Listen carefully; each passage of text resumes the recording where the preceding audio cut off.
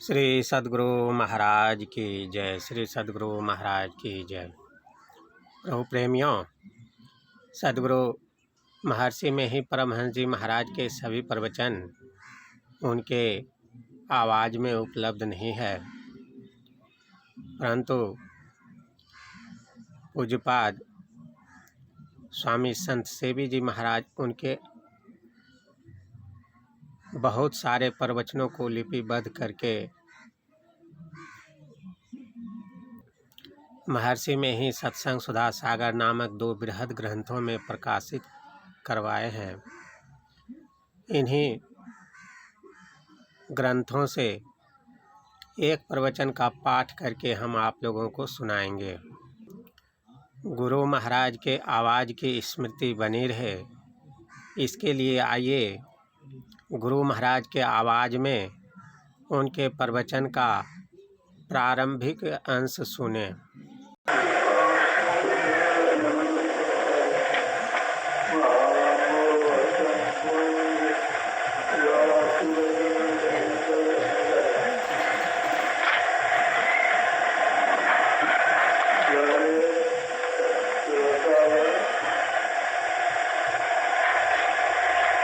ईश्वर के पास जाने के लिए एक से रास्ता पर चलना होगा। जो इस रास्ते पर चलेगा उसका पहला छोर पकड़ेगा, न वो जागने में रहेगा, न सपनाने में रहेगा, न गहरी नींद में रहेगा। उसकी चौथी अवस्था वहीं से देखिए, ये जागने के स्थान में रहकर हम लोग जागने के संसार को दूर तक देखते हैं, दूर तक जाते हैं, जहाँ नहीं जा सकते हैं, नहीं देख सकते हैं, उसके लिए भी ज्ञान रखने का ही और है बहुत दूर तक है। सुना है कि अब वैज्ञानिकों ने कहा है कि निर्देश काल का भी अंत होता है, तो देश काल रहना है, वहाँ तक जाता है। जब तक जाता रहता है, करने को कर्म बाकी है, जब तक पूरी व्यवस्था है। उस पूरी व्यवस्था का जहाँ अंत हो जाता है, पांचवी तुर्यातीत अवस्था आती है।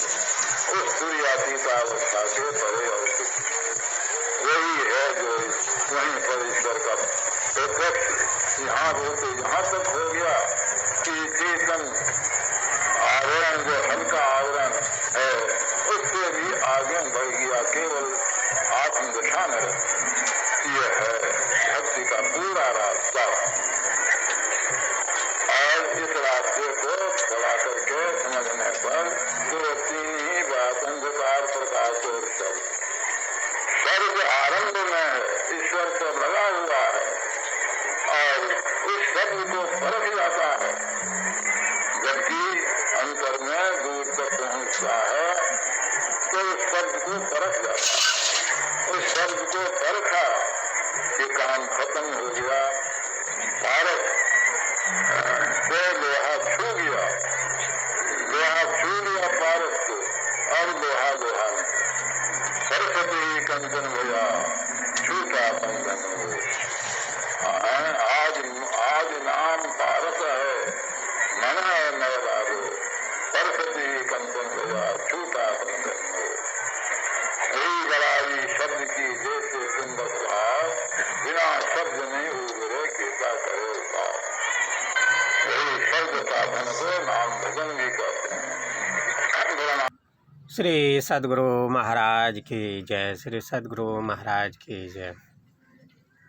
प्रभु प्रेमियों, महर्षि में ही सत्संग सुधा सागर से प्रवचन नंबर 47 का पाठ अब सुने। साधन के अंत तक पहुँचो। प्यारे महाशयों, आप लोगों का यह वार्षिक सत्संग होना मैं भी आवश्यक समझता हूँ, क्योंकि अखिल भारतीय संत मत सत्संग में इधर के बहुत लोग उपस्थित नहीं हो सकते हैं। ठीक ही है कि आप लोगों ने ऐसा सत्संग किया है। संथाल परगना के अंदर के और भागलपुर के दक्षिण बांका इलाके के सत्संगियों को यह 6ठा वार्षिक सत्संग है। इस वार्षिक सत्संग का जन्म ग्राम कोरका में 1948 ईस्वी में हुआ। वहाँ संथाल परगना जिला अधिवेशन नाम रखा गया। बांका डिवीज़न वाले बोले, हमको क्यों अलग करते हो? हम लोगों ने तो सब दिन आपके साथ मिलकर सत्संग किया है। अतएव बांका, दक्षिण भागलपुर और संथाल परगना दोनों का यह सत्संग है। इसका उपयुक्त नाम बांका, भागलपुर और संथाल परगना वार्षिक सत्संग होना चाहिए। यह संत मत सत्संग किसी मत विशेष का खंडन करने वाला नहीं है, इसलिए आप लोग संत स्तुति पढ़ते हैं। सब संतन की बड़ी बलिहारी, उनकी स्तुति कही विधि की जय। मोरी मति अति नीचे अनारी, दुख भंजन भव फंदन गंजन। ज्ञान ध्यान निधि जग उपकारी, बिंदु ध्यान विधि नाद ध्यान विधि। सरल सरल जग में परचारी, धन्य ऋषि संतन धन्य बुद्ध जी। शंकर रामानंद धन्य अगारी, धन्य है साहब संत कबीर जी। धन्य नानक गुरु महिमा भारी, गोस्वामी श्री तुलसीदास जी। तुलसी साहब अति उपकारी, दादो सुंदर सोर स्वपच रवि। जग जीवन पलटू भयहारी, सतगुरु देवी अरुज भय हैं। होंगे सब चरणन सिरधारी, भजत है में ही धन्य धन्य कहे। गए संत पद आशा सारी, किसी संत को है मत समझो। किसी एक संत के नाम पर पंथ का नाम रखकर उस पर श्रद्धा रखनी और दूसरे को नीचा दबाना है समझना उचित नहीं। कोई राम, कोई ब्रह्म, कोई अल्लाह या खुदा कहता है। इस प्रकार किसी एक नाम से कोई ईश्वर को पुकारता है तो वह कम नहीं। ईश्वर, गॉड, खुदा आदि नहीं कहकर यदि कोई उसी को दूसरे शब्द से संकेत करता है तो वह भी आस्तिक है। जैसे महात्मा बुद्ध, उन्होंने ईश्वर है या नहीं इस पर कुछ नहीं कहा, किंतु सदाचार का पालन करने, ध्यानाभ्यास करने और नाम रूपातीत पदार्थ को ग्रहण करने की शिक्षा दी। वे ईश्वर नहीं कहकर नाम रूपातीत तत्व को बताते हैं, तो मेरी समझ में वे भी उसी ईश्वर का संकेत करते हैं जिसके लिए और संतों ने कहा है। संतों के विचारानुकूल मूल तत्व में कुछ भेद नहीं। जो प्रत्यक्ष संत हैं उनका आदर करो। यदि किसी की तारीफ नहीं कर सको तो उसकी निंदा भी मत करो, तटस्थ रहो। निंदा स्तुति दोनों से अलग रहो। कबीर साहब के वचन में पाठ हुआ, सूरत को जगाने का, नादानुसंधान करने का, संत के पास जाकर नम्रता से उनको प्रणाम कर भक्ति मार्ग की शिक्षा दीक्षा लेने का और संसार की ओर पीट कर भागने का आदेश है। उनके वचन में सूरत जीवात्मा के लिए प्रयोग हुआ है। सूरत उनका पारिभाषिक शब्द है और संतों ने भी सूरत का प्रयोग कबीर साहब के अर्थ में ही किया है। सूरत का अर्थ केवल ख्याल ही नहीं है। आदि सूरत सतपुरुष से आई, जीव सो हम बोलिए सो ताई। कबीर दास सूरत को जगाते हैं और कहते हैं कि अज्ञानता की नींद में तुम क्यों सोए हो, उठो और भजन में लगो। उठने के वास्ते वे कहते हैं कि चित्त वृत्ति को जोड़कर, चित्त लगाकर आंतरिक कान से सुनो। मधुर ध्वनि का स्वर होता है। यह कहाँ सुनने को कहते हैं? कहीं बाहर में या अंदर में। अपने अंदर में शून्य को कहते हैं, क्योंकि सूरत को शून्य कहते हैं। इसी को सूरत शब्द योग या नादानुसंधान कहते हैं। इसी को सूरत शब्द योग या नादानुसंधान कहते हैं। ऋषियों ने इसी को नादानुसंधान कहा और आजकल के संतगण इसको नाम भजन या सूरत शब्द योग कहते हैं। सब संतों ने इसी का साधन किया और इस विषय में प्रचुरता से उपदेश वाक्य कहे भी हैं। कबीर साहब के पहले भी श्री रामानंद स्वामी का प्रचार था।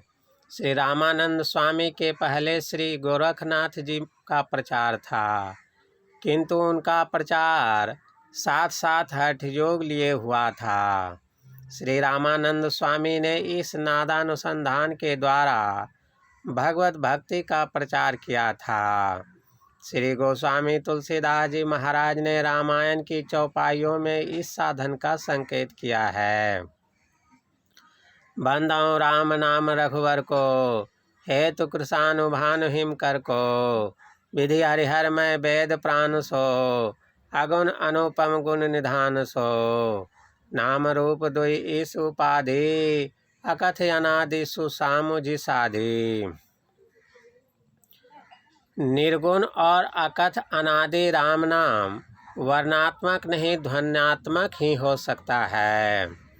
सूरत को जगाने वालों में दो प्रकार के मनुष्य हो सकते हैं। एक वह जो देख सुन सकते हैं, दूसरे वह जो केवल सुन सकते हैं। जन्मांध को देखना नहीं होता, वह सुन सकता है, किंतु जिनकी आँख अच्छी है वह देख और सुन सकते हैं। यह अच्छा है, जहाँ की देखना सुनना दोनों हो सकते हैं। लेकिन नहीं देख सकने वाला नहीं देखता है, केवल सुनता है। यदि आप अपने अंदर देखना चाहो तो बाहर देखना बंद करो, यानी आँख बंद कर लो तो बाहर देखना नहीं होगा। बाहर देखना बंद होने से और भीतर देखने से अंधकार मालूम होगा। ऐसा सबको होता है। इस देखने में कुछ देखना नहीं होता है, किंतु सुनना चाहो तो अंदर में कुछ सुन सकते हो। सूरत अंधकार में है और सुन भी सकती है। इसको जगना कहो तो जगना है, किंतु देखता नहीं है, सुनता है। दूसरा वह है जो अंतः प्रकाश में अपनी सूरत को ले गया है, वह देखता और सुनता दोनों है। जो पहले तरह आँख बंद करने से मालूम होता है वह पहले तल पर है, किंतु जो प्रकाश में जाकर देखता सुनता है वह वैसा है जैसे आँख वाला हो। इन दोनों में बड़ा फर्क है। देखने और सुनने वाला ऊंचे में है, केवल सुनने वाला नीचे में है। साधन के अंदर देखो भी और सुनो भी, यह जगना ठीक है। यह प्रातः काल है, आप जगे हुए हैं ही। थोड़ी देर पहले आप सोए थे, सोए में कभी स्वप्न भी देखते होंगे। दिन रात में बहुत काल जगे रहते हैं, अल्पकाल ही सोते हैं, फिर जगाते क्या हैं? तो ये कहते हैं अज्ञानता में पड़े हो, गोया सोए हो। ज्ञानी जन ज्ञान से समझाते हैं, गोया जगाते हैं। फिर कहते हैं वचन ज्ञान से जगना अल्प है, पहले सुनो फिर विचारो। विचार से जो कर्म निर्णय हो जाए उसका साधन करो, फिर साधन के अंत तक पहुँचो। तब पूरा जगना होगा। इसी को श्रवण मनन निधिध्यासन और अनुभव ज्ञान कहा गया है। सुनो, विचारो, साधन करो और साधन के अंत तक पहुँचो। जो प्राप्त होना चाहिए प्राप्त हो गया। यह अनुभव ज्ञान है। सुनना श्रवण ज्ञान है। विचारना मनन ज्ञान है। अभ्यास करना निधिध्यासन ज्ञान है। श्रवण मनन का जगना अंधों का जगना है।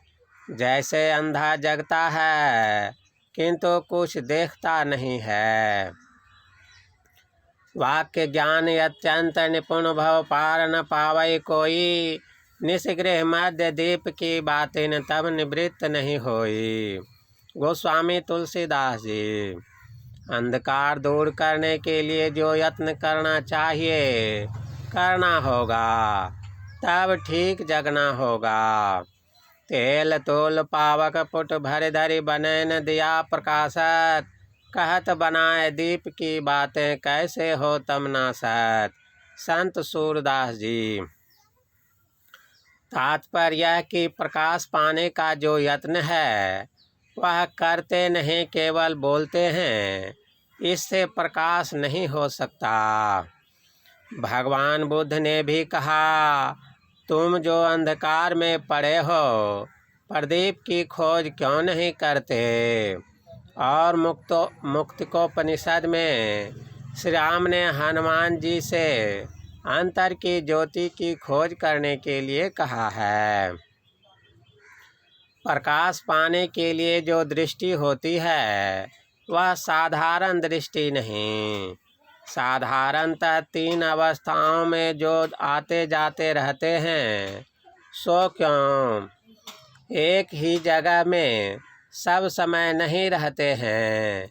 यह शरीर एक घर के समान है। इसी को घट भी कहते हैं। इसी में आप रहते हैं। इसमें कभी जगते हैं, कभी स्वप्न में जाते हैं और कभी सुषुप्ति में जाते हैं। ऐसा क्यों। जागृत के स्थान में जाने से जगते हैं। स्वप्न के स्थान पर स्वप्न होता है और सुषुप्ति के स्थान में जाने पर वह अवस्था होती है। इन तीनों अवस्थाओं में आना जाना जगना नहीं है। सुनने समझने विचारने से मोह नहीं छूटता। तुरंत ज्ञानी बन जाते हैं और तुरंत अज्ञानी के समान काम करते हैं। यह जगना नहीं है। इसके लिए कुछ और बात है। जागृत से स्वप्न में जाते समय आपकी शक्ति भीतर खींचती है। हाथ पैर कमज़ोर होते जाते हैं। शक्ति खींचकर उस स्थान में चली जाती है और स्वप्न में चले जाते हैं। जागृत का स्थान आँख, स्वप्न का कंठ, सुषुप्ति का हृदय और तुरीय में आँख के ऊपर जाना होता है। भजन किया, अंतः प्रकाश पाया और आंतरिक नाद को सुना भी। यह जगना है। यह जगना बिना साधन के नहीं हो सकता। इसके लिए चाहिए कि दो कर जोर शीश चरणन दे भक्त अचल बर मांगड़ी। किसी के यहाँ जाकर नम्र हो, उसको प्रणाम करो और जानो। अर्थात जनाने के लिए गुरु चाहिए। उनसे जानो और करो। फिर कहा, जगत पीठ दे भागरी। कहीं भी जाओ संसार रहेगा ही। धरती पर कहीं जाने से संसार की ओर पीठ नहीं हो सकती। जब वह साधन के समय संसार के ज्ञान से रहित हो जाता है, इंद्रियों के ज्ञान से ऊपर रहता है, तब जगत की ओर पीठ देना होता है। उपनिषद में भी लिखा है, उठो जागो और ज्ञानी के पास जाकर ज्ञान प्राप्त करो। फिर बतलाया कि वह छुरे की धार के समान है। इस सूक्ष्म मार्ग पर पैर नहीं चलता। मन सूक्ष्म है। मन सूक्ष्म मार्ग पर मन चलेगा। मन का सिमटाव हो तब जा सकता है। फैलाव होने से सूक्ष्म पर नहीं चल सकता। फैलाव से सिमटाव में आने के लिए ही भजन अभ्यास करना है, क्योंकि इसी भजन से परमात्म स्वरूप प्राप्त होता है। लोगों को डर नहीं होना चाहिए कि छुरे की धार पर चलना विकट काम है। हाँ, इस रास्ते पर चलना कठिन है, परंतु असंभव नहीं। जितने जो कोई बड़े हुए हैं वे सब इसी रास्ते पर चलकर, उस रास्ते पर चलकर किधर जाना होगा? परमात्मा की ओर। लोग संसार की ओर रहते हैं तो संसार की अस्थिरता में कभी शांत नहीं होते, सुखी नहीं होते, किंतु परमात्मा को पाने से सांसारिक कष्टों से वे छूट जाएंगे। परमात्मा को पाकर उस मिलन सुख में निमग्न हो जाएंगे। उपर्युक्त मार्ग को केवल जानने से ही काम समाप्त नहीं होगा, जानना होगा और उसके अंत तक चलना होगा। इस रास्ता को जानिए और चलिए। यह रास्ता सबके अंदर एक तरह है। किसी दूसरे देश के रहने वाले हों या दूसरी जाति के हों, इस कारण से उसके लिए दूसरा रास्ता हो, यह बात नहीं। सबके लिए एक ही रास्ता है। यह भी दृढ़ता से जानिए कि जो सदाचार पूर्वक रहता है और गुरु से युक्ति जानकर नित्य दृढ़ ध्यानाभ्यास करता है, वह अज्ञानता से छूटकर ब्रह्म को पाता है और पूर्ण रूप से जगकर ब्रह्मानंद में मग्न रहता है। यह प्रवचन बिहार राज्य के संथाल परगना जिला अंतर्गत ग्राम तेलो अब साहबगंज में दिनांक 6/3/1953 ईस्वी को हुआ था। श्री सद्गुरु महाराज की जय। श्री सद्गुरु महाराज की जय। प्रभु प्रेमियों, अभी आप लोग महर्षि में ही सत्संग सुधा सागर नामक इसी ग्रंथ से गुरु महाराज के प्रवचन नंबर 47 को सुन रहे थे। यह पुस्तक सत्संग ध्यान ऑनलाइन स्टोर पर उपलब्ध है। इसे आप वहां से मंगा सकते हैं। इसके साथ ही गुरु महाराज की सभी पुस्तकें एवं सत्संग ध्यान से संबंधित अन्य सामग्री भी आप सत्संग ध्यान स्टोर से ऑनलाइन मंगा सकते हैं। अगर आपको इस तरह का वीडियो पसंद है तो इस चैनल को सब्सक्राइब कर लें। गुरु महाराज की पुस्तकों के बारे में लोगों की जानने की इच्छा होती है, इसलिए इस तरह का विज्ञापन किया गया। जय गुरु महाराज।